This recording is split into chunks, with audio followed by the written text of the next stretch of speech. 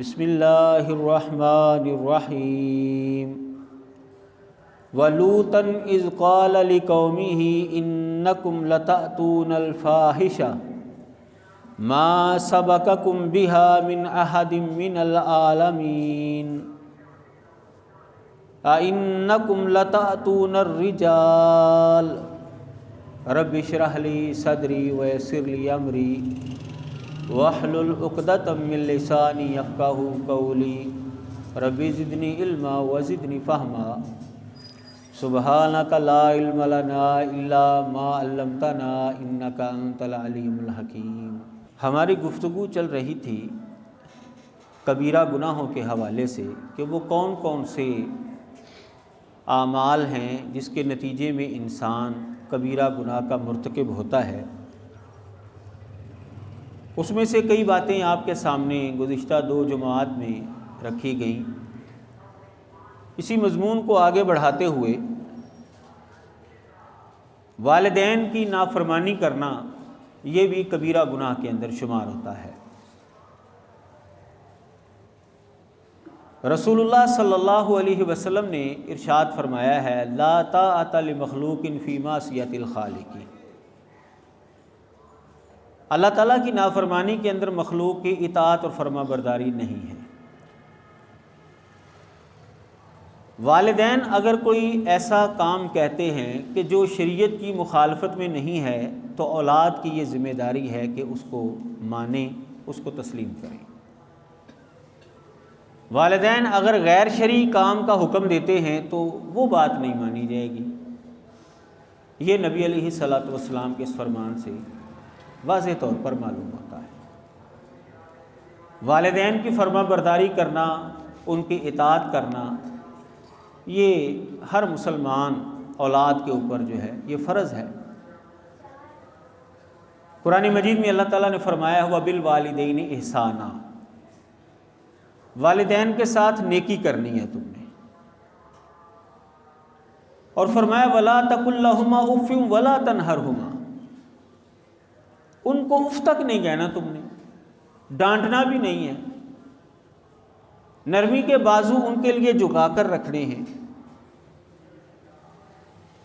والد جنت کے دروازوں میں سے درمیانی دروازہ ہے، کوئی اس کی بات مانے گا تو وہ دروازے کو راضی کر لے گا، نہیں مانے گا تو ناراض کر لے گا۔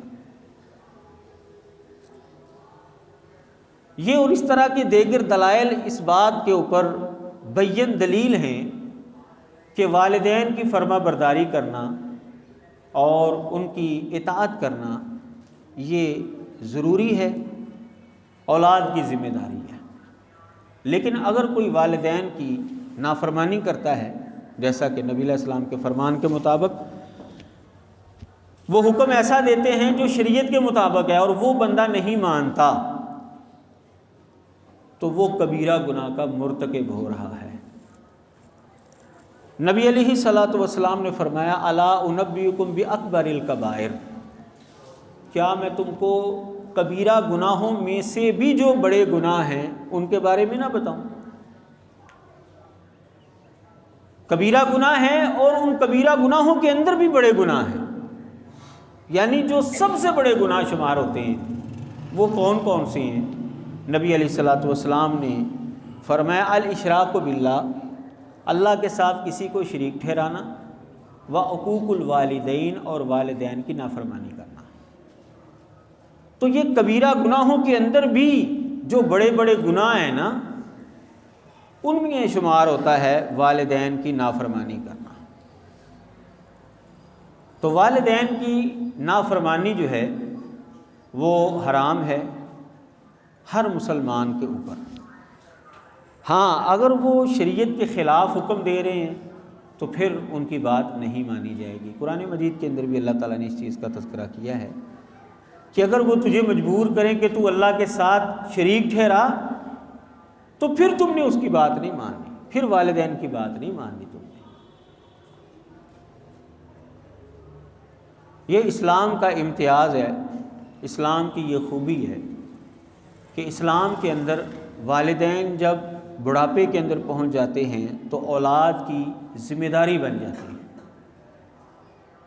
اسلام کے اندر یہ اولڈ ہوم ایج کا کوئی تصور جو ہے نہیں ہے۔ بوڑھے لوگوں کے لیے الگ مکان، الگ طور پر ان کی رہائش، اس کا کوئی تصور نہیں ہے۔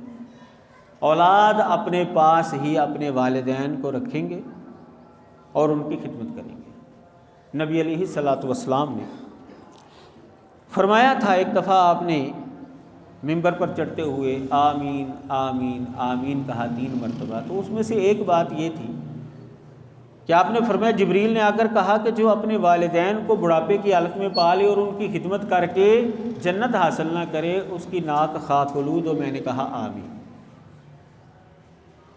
تو یہ ایک مسلمان کی بخشش کا ذریعہ ہے کہ اگر اس کی زندگی میں اس کے والدین دونوں یا کوئی ایک بڑھاپے کی حالت میں پہنچ جائے اور اس کو خدمت کا موقع مل جائے، تو والدین کی نافرمانی کرنا یہ کبیرہ گناہ کے اندر شمار ہوتا ہے۔ یہ نبی علیہ الصلوۃ والسلام کی حدیث مبارکہ جو صحیح بخاری کے اندر ہے، میں نے آپ کے سامنے رکھی ہے۔ والدین کے علاوہ جو ہمارے عزیز و اقارب رشتہ دار ہیں، ان کے ساتھ تعلق بنا کر رکھنا یہ بھی ہماری ذمہ داری ہے۔ رسول اللہ صلی اللہ علیہ وسلم نے فرمایا، من احب ان یبسط لہ فی رزقہ وینسیٰ لہ فی اثرہ فلیصل رحمہ۔ جو آدمی یہ پسند کرتا ہے کہ اس کا رزق فراغ کر دیا جائے اور ایک مفہوم کے مطابق اس کی عمر میں اضافہ کر دیا جائے، دوسرے مفہوم کے مطابق تا دیر اس کا ذکر باقی رہے دنیا میں، فلیصل رحمہ، تو وہ اپنی رشتہ داری کو ملا کر رکھے، رشتہ داری کو جوڑ کر رکھے۔ تعلق داری کو نبھانا یہ بہت بڑا ثواب ہے، اور اگر کوئی بندہ تعلق داری کو توڑتا ہے، رشتہ داری کو توڑتا ہے، تو یہ کبیرہ گناہ کا مرتکب ہو رہا ہے۔ قرآن مجید میں اللہ تبارک و تعالیٰ فرماتے ہیں، فَهَلْ عَصَيْتُمْ إِن تَوَلَّيْتُمْ أَن تُفْسِدُوا فِي الْأَرْضِ وَتُقَطِّعُوا أَرْحَامَكُمْ أُولَٰئِكَ الَّذِينَ لَعَنَهُمُ اللَّهُ فَأَصَمَّهُمْ وَأَعْمَىٰ أَبْصَارَهُمْ، کہ جو لوگ زمین میں فساد کرتے ہیں، رشتہ داری کو توڑتے ہیں، اللہ تعالیٰ فرماتے ہیں یہ لوگ ہیں، اللہ تعالیٰ نے ان کے اوپر لعنت اور پھٹکار کی ہے، ان کی آنکھوں کو اندھا کر دیا ہے، کانوں کو بہرا کر دیا ہے۔ تو جو آدمی رشتہ داری کو توڑتا ہے، ہر وہ معاملہ جس کو ملانے کا حکم ہے اس کو توڑتا ہے، وہ اللہ تبارک و تعالیٰ کی لعنت اور پھٹکار کا حقدار ہے، اللہ تعالیٰ کی رحمت سے دور ہو جاتا ہے، اور ایسا انسان کبیرہ گناہ کا مرتکب ہے جس کے نتیجے میں اللہ تعالیٰ کی طرف سے لعنت اور پھٹکار کی وعید ہو۔ تو رشتہ داری کو توڑنا یہ بہت بڑا گناہ ہے۔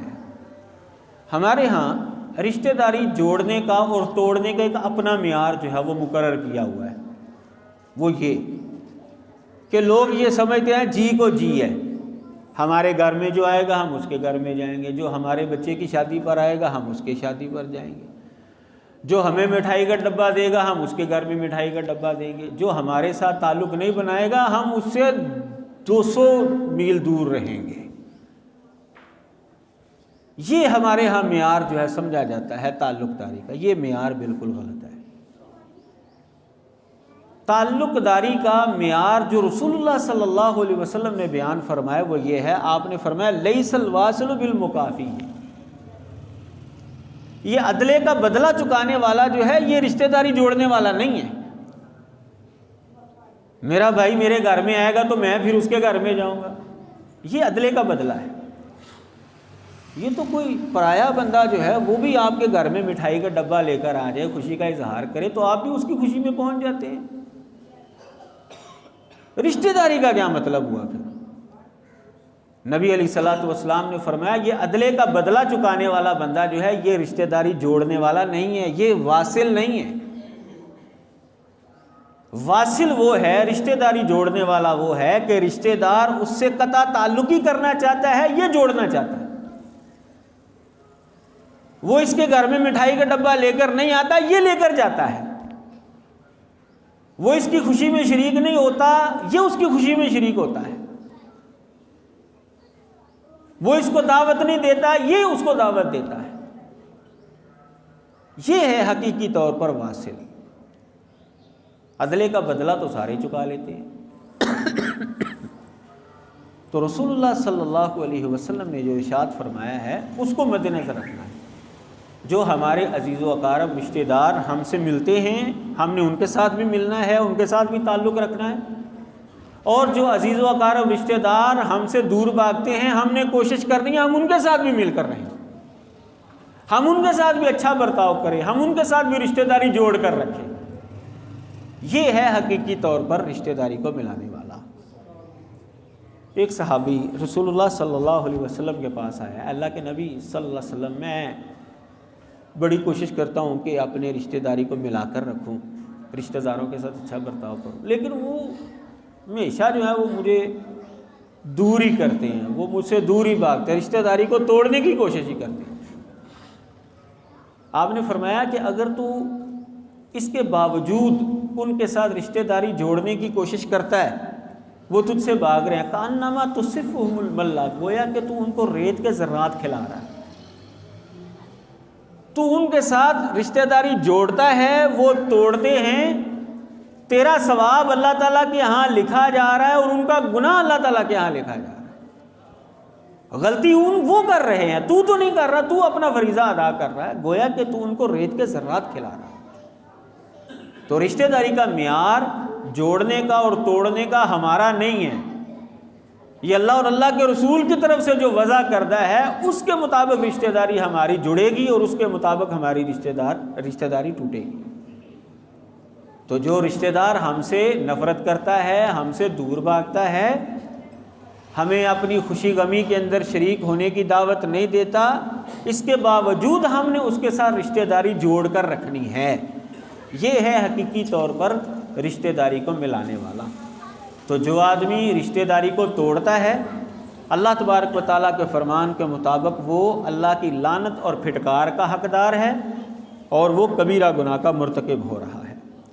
اور ایک حدیث کے اندر یہ بھی ہے، صحیح بخاری کی یہ حدیث ہے، نبی علیہ الصلوۃ والسلام نے فرمایا لا يدخل الجنۃ قاطع، جو قطع رحمی کرنے والا انسان ہے نا وہ جنت میں داخل نہیں ہوگا۔ دیکھ لیجئے کتنا بڑا گناہ ہے کہ جو تعلق داری کو توڑتا ہے، رشتہ داری کو توڑتا ہے، کہ وہ جنت میں داخل نہیں ہوگا۔ جو ابتدا کے اندر جنت میں جانے والے لوگ ہیں ان لوگوں کے اندر وہ شامل نہیں ہوگا۔ اللہ تبارک و تعالیٰ اس کو سزا دیں گے، اس کو اس گناہ سے صاف کریں گے، پھر اس کو جنت کا داخلہ ملے گا، یا اللہ تعالیٰ اپنی رحمت سے اس کو معاف کر دیں گے۔ جب تک اس کے کھاتے کے اندر یہ گناہ موجود ہے نا، جنت کے اندر وہ نہیں جائے گا۔ اللہ تعالیٰ پہلے اس کو صاف کریں گے، وہ سزا دینے کے بعد صاف ہو جائے، یا اللہ تعالیٰ کی رحمت سے صاف ہو جائے، پھر وہ جنت میں جائے۔ کیونکہ رشتہ داری توڑنے سے بندہ کافر تو نہیں ہو جاتا نا، دائرہ اسلام کے اندر تو وہ رہتا ہی ہے، لیکن کبیرہ گناہ کا مرتکب ہو رہا ہے کہ جنت سے وہ ابتدائی طور پر محروم ہو جائے گا۔ تو رشتہ داری کو توڑنا جو ہے یہ بہت بڑا گناہ ہے۔ اسی طرح زنا کرنا، بدکاری کرنا یہ بہت بڑا گناہ ہے۔ قرآن مجید میں اللہ تعالیٰ فرماتے ہیں وَلَا تَقْرَبُوا الزِّنَا إِنَّهُ كَانَ فَاحِشَةً وَسَاءَ سَبِيلًا، زنا کے قریب نہ جاؤ، یعنی زنا کرنا تو دور کی بات ہے، اسلام نے اس راستے کے اوپر چلنے سے بھی منع کیا، پابندی، سد ذریعہ، دروازہ بند کیا ہے وہاں تک جانے کا۔ بندہ کوئی ایسی باتیں نہ سنے، کوئی ایسی چیزیں نہ دیکھے جس کے نتیجے میں جو ہے وہ بندہ آخری حد تک پہنچ جاتا ہے۔ وہ راستہ اختیار کرنے سے بھی اسلام نے منع کیا ہے۔ کیوں؟ کہ اللہ تعالیٰ فرماتے ہیں یہ بے حیائی ہے اور برا راستہ ہے۔ رسول اللہ صلی اللہ علیہ وسلم نے ارشاد فرمایا ہے اذا زنى العبد خرج منه الایمان فکان علی رأسه کالذلۃ فاذا اکل رجع الیہ، سنن نبی داؤد اور سنن ترمذی وغیرہ کے اندر یہ حدیث موجود ہے۔ نبی علیہ الصلوۃ والسلام فرماتے ہیں کہ جب کوئی بندہ بدکاری کرتا ہے تو جب تک وہ اس کیفیت میں رہتا ہے اس کا ایمان اس کے اندر سے نکل کر اس کے اوپر سائے کی طرح ہو جاتا ہے، یعنی وہ بندہ اس وقت بے ایمان ہوتا ہے، ایمان اس کے اندر نہیں ہوتا جب تک وہ اس کیفیت کے اندر ہوتا ہے۔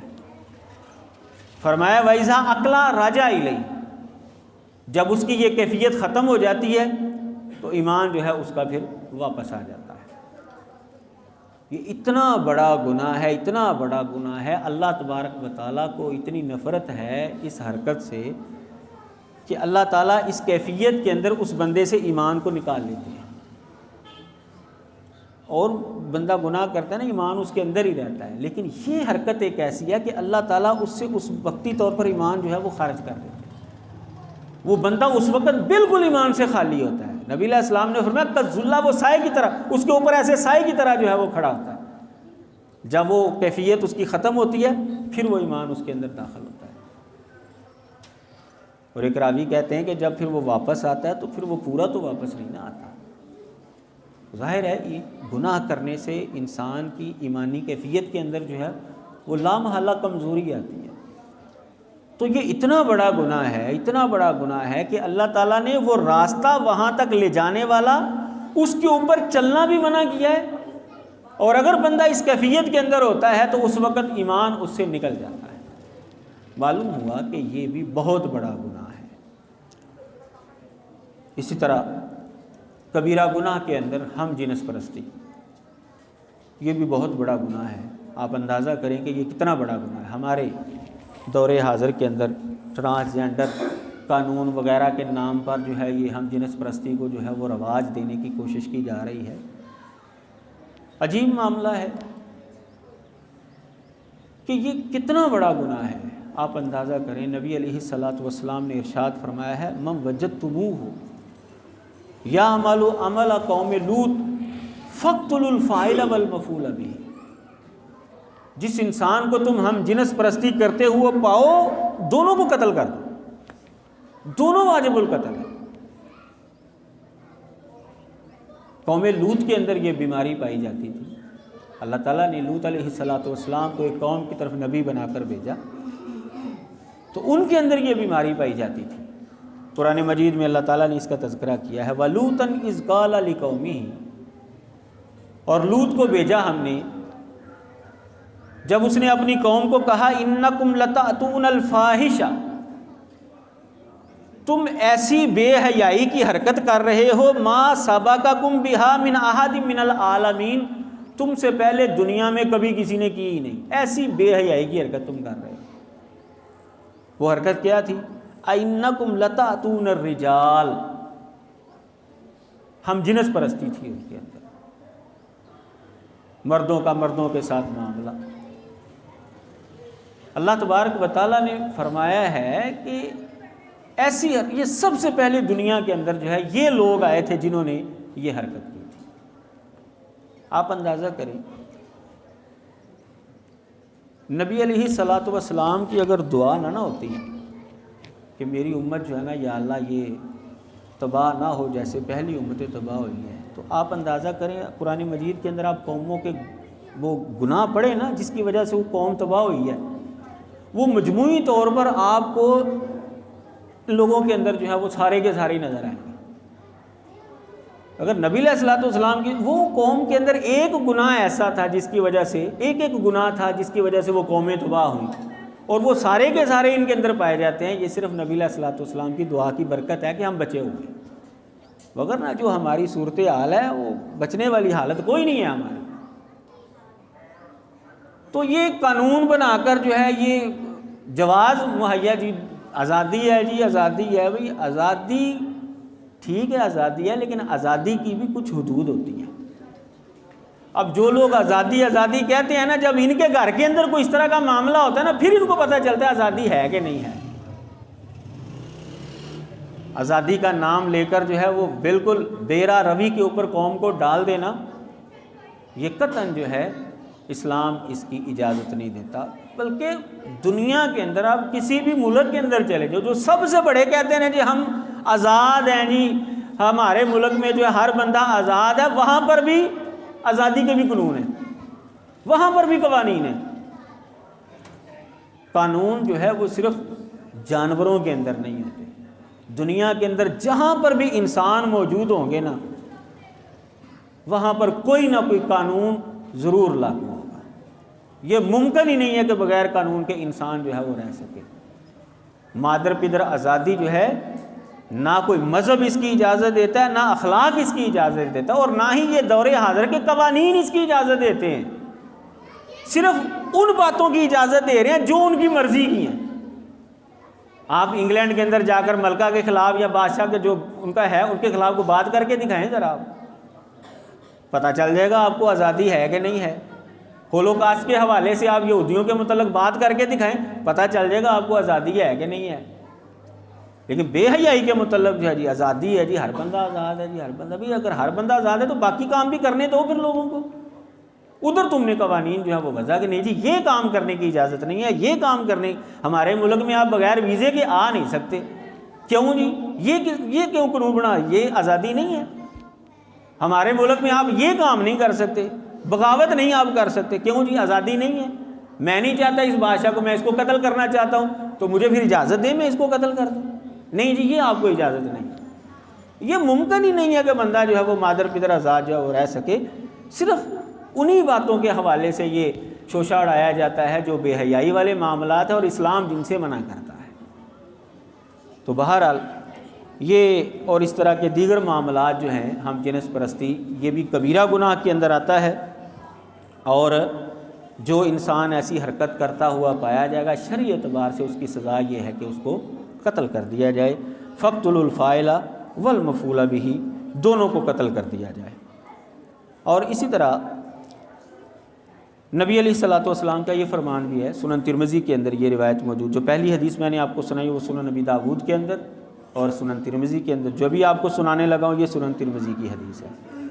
نبی علیہ الصلوۃ والسلام نے فرمایا لا ينظر اللہ الی رجل اتی رجلا او امرأۃ فی الدبر، اللہ تبارک و تعالیٰ اس آدمی کی طرف دیکھے گا ہی نہیں جو دوسرے مرد کے ساتھ جو ہے لواطت کرتا ہے، بدکاری کرتا ہے، یا وہ خاتون کو جو ہے وہ پیچھے سے استعمال کرتا ہے۔ تو یہ دونوں جو ہیں بڑے گناہ ہیں۔ اللہ تبارک و تعالیٰ نے بیوی کے ساتھ جو معاملہ رکھا ہے فَأْتُوا حَرْثَكُمْ أَنَّىٰ شِئْتُمْ، کھیتی کے اندر جو ہے وہ آنا ہے جہاں سے اللہ تبارک و تعالیٰ جو ہے اولاد کی نعمت نوازتا ہے۔ اس کے علاوہ دوسرا راستہ جو ہے وہ بالکل حرام ہے، کبیرہ گناہ کے اندر آتا ہے۔ اور ہم جنس پرستی کا بھی تذکرہ ہے اس حدیث کے اندر، دونوں معاملے جو ہیں وہ کبیرہ گناہ کے اندر شمار ہوتے ہیں۔ تو جو لوگ اس قانون کو پاس کروانے کے اندر لگے ہوئے ہیں یا اس کو درست سمجھ رہے ہیں یا اس کے آڑ کے اندر اس طرح کی حرکتیں جو ہیں وہ کر رہے ہیں، یہ احادیث ان کے لیے مشعل راہ ہیں، ان کو سمجھ لینا چاہیے۔ اگر وہ دنیا سے بچ بھی گئے تو اللہ تعالیٰ کے سامنے تو بھائی نہیں بچیں گے، اللہ تبارک و تعالیٰ تو پھر حساب لے گا پھر ایسے لوگوں کا، پھر وہ جانے اور اللہ تبارک و تعالیٰ جانے۔ کبیرہ گناہوں کے اندر ایک گناہ یہ بھی ہے کہ یتیم کا مال جو ہے کھانا۔ ہمارے کئی ایسے واقعات ہمارے سامنے آئے ہیں، آپ کے سامنے بھی، کہ یتیم بچے اور بچیوں کے حوالے سے کئی لوگ جو ہیں بڑا ظلم جو ہے وہ کرتے ہیں، اور ان کا مال جو اللہ تعالیٰ نے ان کے والد کی جانب سے ان کو کوئی وراثت وغیرہ دی ہوتی پھر اس کے اوپر قبضہ کرنے کی کوشش کرتے ہیں، اور یہ نام لیتے ہیں جی میں اس کی پرورش کروں گا جی، اور میں جی اس کی نگرانی کروں گا، یہ کروں گا وہ کروں گا، اور وہ دیکھ رہا ہوتا ہے جی یہ پوری جائیداد جو ہے پھر اس کے اوپر میں سانپ بن کر جو ہے بیٹھ جاؤں گا، کون بعد میں ان کو پوچھے گا۔ جو بھی اس طرح کی حرکت کرے گا وہ بہت بڑے گناہ کا مرتکب ہے۔ اللہ تعالیٰ قرآن مجید کے اندر فرماتے ہیں ان الذین یأکلون اموال الیتامی ظلما، بے شک وہ لوگ جو یتیموں کا مال ظلم کے ساتھ کھاتے ہیں، انما یأکلون فی بطونہم نارا، وہ اپنے پیٹوں کے اندر آگ بھر رہے ہیں، وسیصلون سعیرا، اور ان قریب وہ بھڑکتی ہوئی آگ کے اندر داخل ہوں گے۔ وہ یہ نہ سمجھیں کہ بڑی موجیں لگ گئی ہیں، موجیں نہیں لگیں، یہ پتہ اس وقت چلے گا جب ان کی آنکھیں بند ہوں کہ ان کی موجیں ہیں یا وہ آگ کے اندر جل رہے ہیں۔ اللہ تبارک و تعالی ہر ایک کو سمجھنے کی توفیق عطا فرمائے۔